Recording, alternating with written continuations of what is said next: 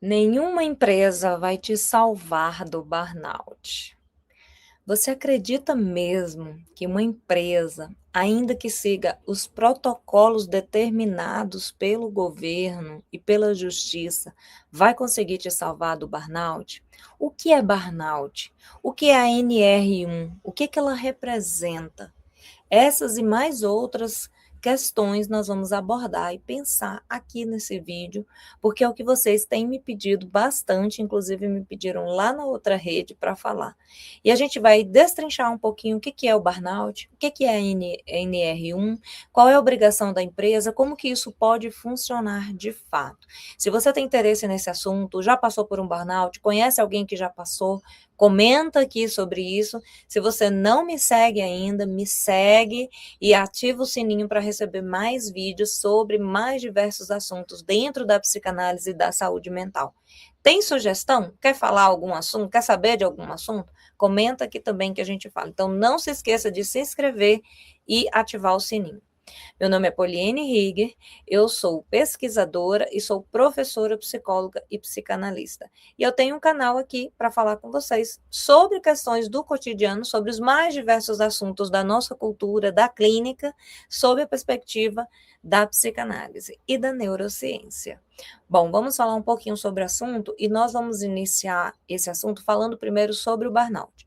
Aqui não é uma questão para invalidar o burnout. Ele é, de fato, um adoecimento psíquico grave e que, inclusive, tem acontecido de forma recorrente e em grande quantidade nos últimos tempos, principalmente por causa da cultura, e a gente já se adentra a isso, da cultura da superprodução. Mas antes que vocês comecem a criar polêmica, fazer um monte de mimimi, até porque não é o meu pensamento, quando eu falo de cultura, eu estou falando de processos históricos e sociais que a gente produz, que demanda tempo, que demanda movimento e que demanda principalmente tecnologias, né? Porque conforme as condições humanas vão mudando, acontecendo, evoluindo, a gente cria dispositivos culturais para existir a partir disso tudo.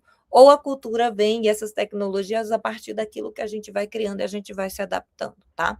Então, quando a gente fala de burnout, fala da recorrência, que é essa exaustão ligada principalmente ao trabalho, a gente não está falando da atividade laborativa somente, embora as pessoas vá só para esse lado.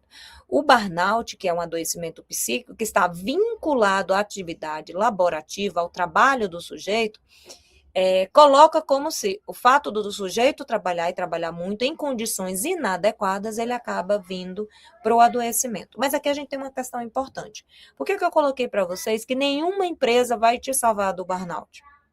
Porque uma questão que eu considero muito equivocada é, primeiro, não tem como uma empresa sozinha salvar o sujeito da própria vida dele e da realidade dele. E aqui nós vamos para vários recortes. A gente tem no meio rural, a gente tem no meio urbano, a gente tem negócios grandes, negócios pequenos. Não estou aqui desconsiderando nenhuma condição de fato inadequada de trabalho, que isso aí é indiscutível, existe lei, inclusive, para criminalizar isso. Mas o que eu quero trazer? Que reflexão eu quero que nós façamos juntos aqui? É que, às vezes, a cobrança a partir, né, da atividade laborativa fecha e limita o adoecimento somente à condição do trabalho, do labor do sujeito, quando ele é muito mais e ele é além do próprio trabalho. O trabalho não é a única identificação, o único lugar de identidade e de existência desse sujeito. Então, de nada adianta ele ter uma norma, um protocolo aplicado para que ele não tenha riscos psicossociais, não possa se estressar, não possa desenvolver nenhum tipo de ansiedade, depressão. Por quê? Porque a vida dele lá fora é quem também determina essas condições. Então, vamos a um recorte, uma perspectiva? O sujeito trabalha numa super empresa, bacana, né, com todas as condições adequadas para poder trabalhar. Inclusive, ele nem quer sair de lá do trabalho, porque às vezes o trabalho é melhor do que na casa dele. Porque depois ele tem que pegar 2 horas de trem, ou metrô, ou ônibus, ou ele tem que chegar em casa, tem filhos, né, tem esposo ou tem marido, tem uma família desorganizada, caótica, disfuncional. Às vezes essa família se estende para sogro, sogros, sogras e pais. Às vezes esse sujeito, ele não tem a formação adequada, está num trabalho em que ele não tem o devido sustento para sua família, né? Aí tem toda a dinâmica que a gente sabe, econômica, das coisas ficarem cara, não cara, o sujeito e acesso à educação de qualidade, acesso à saúde, que a gente sabe que no nosso país é caótico. Tudo isso é um caldeirão de acontecimentos e de recortes que, de alguma forma, sustenta a vida desse indivíduo. Aí ele está passando por situações na família, ele vive num lugar que ele não tem segurança, né? Ele tem medo de ser assaltado, tem medo de passar por alguma situação, ele tem um desgaste para chegar e para sair do trabalho, questões emocionais mal resolvidas na própria história, na própria condição relacional, e aí essa única empresa tem que dar conta de não criar risco para o seu adoecimento. Então, primeira coisa, quando a gente pensa em burnout ou quando a gente pensa em NR, a gente está falando de condições direcionadas ao labor. Então, o seu trabalho adoece porque exige muito de você, porque não te dá uma folga, porque não tem horário de almoço, ou porque é um ambiente tóxico, com pessoas que não se relacionam bem, com condições inadequadas, ok. É isso que a gente tem que pensar.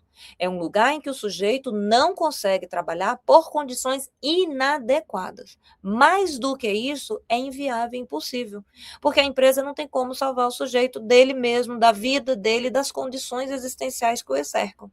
A empresa não tem como, por exemplo, mudar a condição que ele tem de acesso à saúde pública, de acesso à educação de qualidade. Né? Existem parâmetros que determinam salários e tudo mais. Então, são questões que a gente também tem que pensar para não demonizar esse setor empresarial que, inclusive, gira a economia e mantém aí as condições de emprego. Mais do que isso, vamos seguir aqui. Falei sobre o burnout, que ele não é uma fraqueza, é uma condição, tem que estar diretamente ligado à condição laborativa, ou seja, ao trabalho. Foi porque essa pessoa trabalhou mais do que as horas devidas, foi porque essa pessoa tinha muita demanda, não tinha férias, não tinha intervalo, estava num trabalho quase que insalubre, né, pensando em termos de saúde mental, para que, de fato, a gente consiga olhar para essas condições em que a empresa pode sim modificar, se adequar para. Mas só isso não vai conseguir salvar esse sujeito. Aqui a gente tem mais algumas questões que eu queria trazer sobre a ANR. Não vou me aprofundar, mas é um protocolo, como vários outros que a gente tem que seguir sempre. E dentro da empresa, para quê? Para que o sujeito, dentro desse recorte que eu coloquei, tenha as condições adequadas para exercer a sua função. Só que aí a gente tem várias discussões, porque que condições, como que isso acontece? Como que o sujeito não vai se estressar trabalhando com economia, por exemplo? Como que o sujeito vai estar seguro dentro de uma escola, às vezes, que é uma escola que tem recorrência histórica de violência? É um professor. Então, tudo isso acarreta condições que a gente tem que pensar sobre o adoecimento psíquico. Aí eu vou para uma questão polêmica que eu sei que vocês não estão prontos para conversar sobre isso. Nós estamos falando de empresa privada. E o Estado, que é uma grande empresa, que tem funcionários, também provém um ambiente adequado psicossocialmente para que o professor, o médico, o enfermeiro e tantos outros funcionários, o gari e tantos outros se sintam também seguros e que não desenvolvam nenhum processo de adoecimento psíquico em função do labor. Porque uma coisa é você questionar o setor privado, a empresa lá sozinha. Outra coisa é você questionar o trabalho, o labor como todo. E o Estado também é uma grande empresa, inclusive tem muitos funcionários. E na maior parte das vezes, principalmente no nosso país, não entrega as condições adequadas para que esse sujeito também não desenvolva adoecimento psíquico. Eu não tenho pesquisas aqui, mas posso trazer para vocês, comentem aqui se vocês quiserem, que demonstram, inclusive, vamos para um recorte, porque é o meu lugar de docência, de professores que desenvolveram exaustão e burnout atuando no setor público. Por quê? Porque não tinham condições adequadas para. Então, quando a gente vai para esse questionamento, a gente tem que ter essa cabeça bem aberta para refletir e pensar condições laborais, condições em que toda e qualquer empresa tem que cumprir, inclusive o Estado. E que condições são essas para que o sujeito possa exercer o seu trabalho? E mais, gente, aí a gente vai para uma questão crucial para finalizar. Não é só uma questão local, não é só pensar na condição de trabalho, a gente tem um processo inteiro cultural e social para pensar. Quais são as condições de sobrevivência e dignidade que essa família tem? O trabalho é só uma vertente. Mas como que é a questão, por exemplo, de saneamento básico, saúde pública, educação?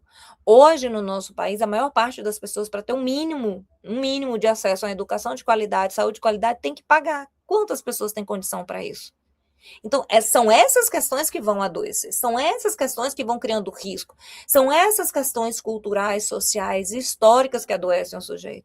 Como que a gente vai resolver isso? Como que a gente vai pensar essas questões? Quando a gente isola isso somente relacionado ao trabalho, que não é que não seja importante, também é uma condição, uma vertente que tem que ser olhada, a gente acaba perdendo de vista todas as outras questões.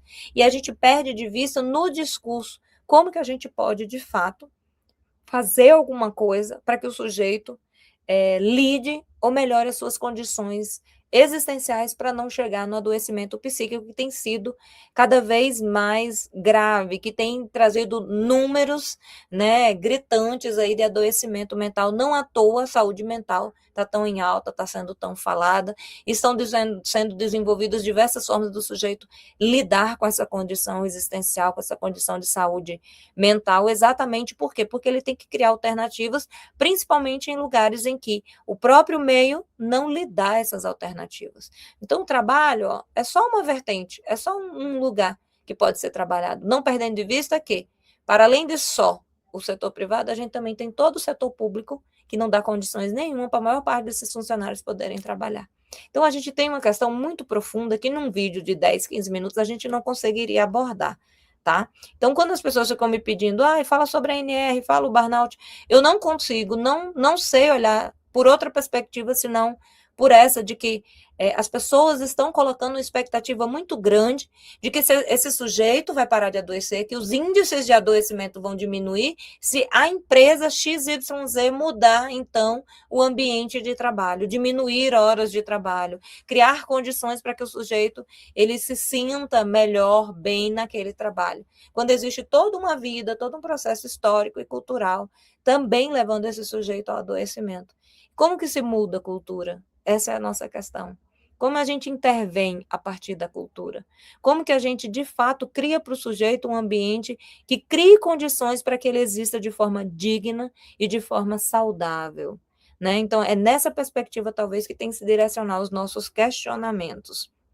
Outro ponto para a gente finalizar é a ilusão da felicidade produtiva.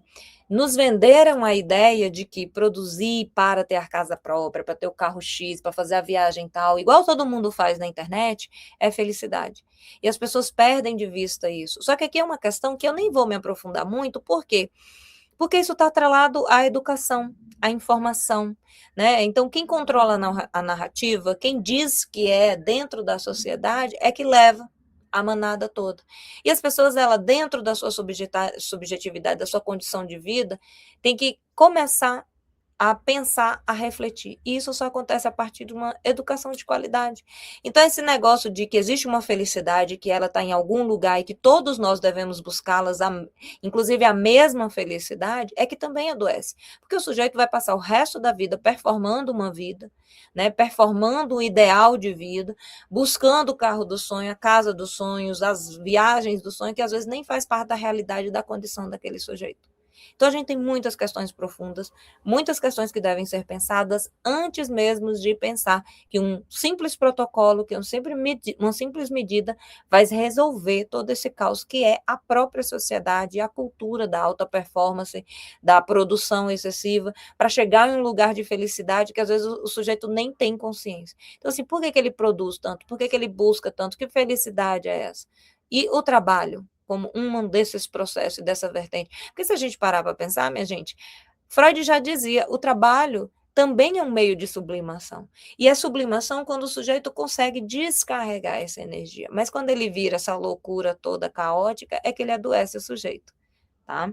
E aí a gente segue com alguns outros questionamentos, como eu coloquei, né? Que tipo de sociedade produz sujeitos exaustos tentando provar que são suficientes? Então, isso muda totalmente o foco do que a gente quer saber aqui.